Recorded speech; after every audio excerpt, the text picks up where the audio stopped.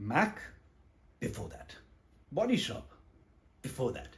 Sephora, even before that. Let's go back further yet, to the year 1950. It's a busy day at work when the phone on this gentleman's table rings. This gentleman is J.R.D. Tata. It's been 12 years since he's taken over as the chairman of the Indian multinational firm bearing his family name that is already displaying clear signs of becoming the multi-billion-dollar giant that it will over the decades to follow. A familiar, friendly voice greets Mr. Tata. Except it isn't just any other regular work call. The voice at the other end of the call is that of the country's Prime Minister, Mr. Jawaharlal Nehru's. He is called to share a concern. There is no cosmetic brand in India. If an Indian lady wants to use makeup, she has to depend on expensive international names that, apart from being pricey, aren't particularly considerate of Indian weather conditions and the beautiful skin tone of our gorgeous Indian ladies. Would JRD give this need due thought? It could result in a serious economic boom for this industry. Let's bear in mind, India doesn't yet have a homemade makeup brand.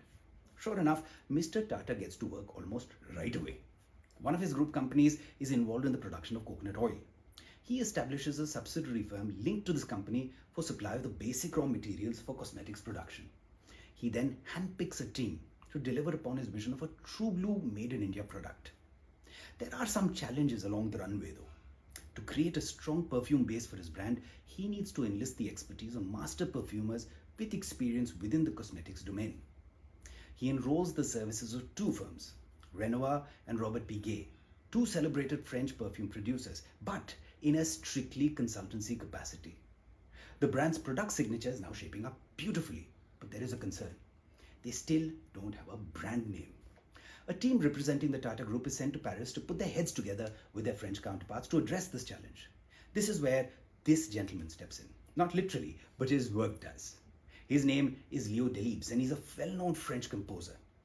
An opera he's composed is playing to houseful shows in Paris and is centered around a female protagonist, an Indian girl, the daughter of a Brahmin priest who falls in love with a British officer.